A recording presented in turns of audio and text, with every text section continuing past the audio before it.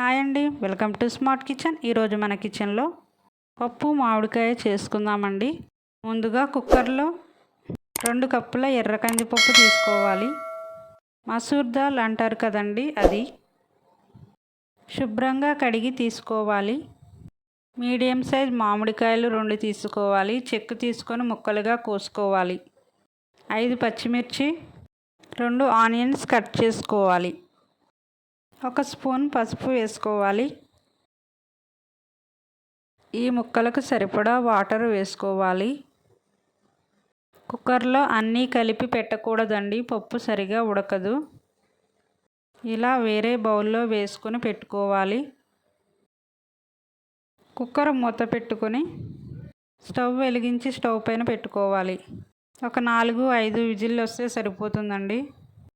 పప్పు అయితే మెత్తగా ఉడికిపోయింది. పప్పుకు సరిపడా ఉప్పు వేసుకోవాలి. ఉప్పు కలిసేటట్టు బాగా కలుపుకోవాలి. పోపు పెట్టుకుందాం.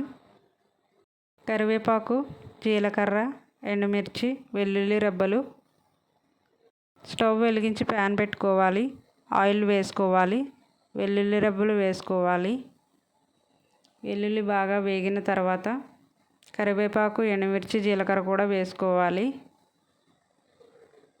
పోపు బాగా ఎర్రగా వేగాలి. పప్పు రుచి అంతా పోపు వేగడంలోనే ఉంటుంది.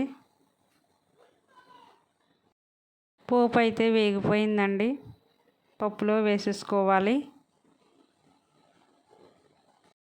పప్పు అయితే రెడీ అయిపోయిందండి.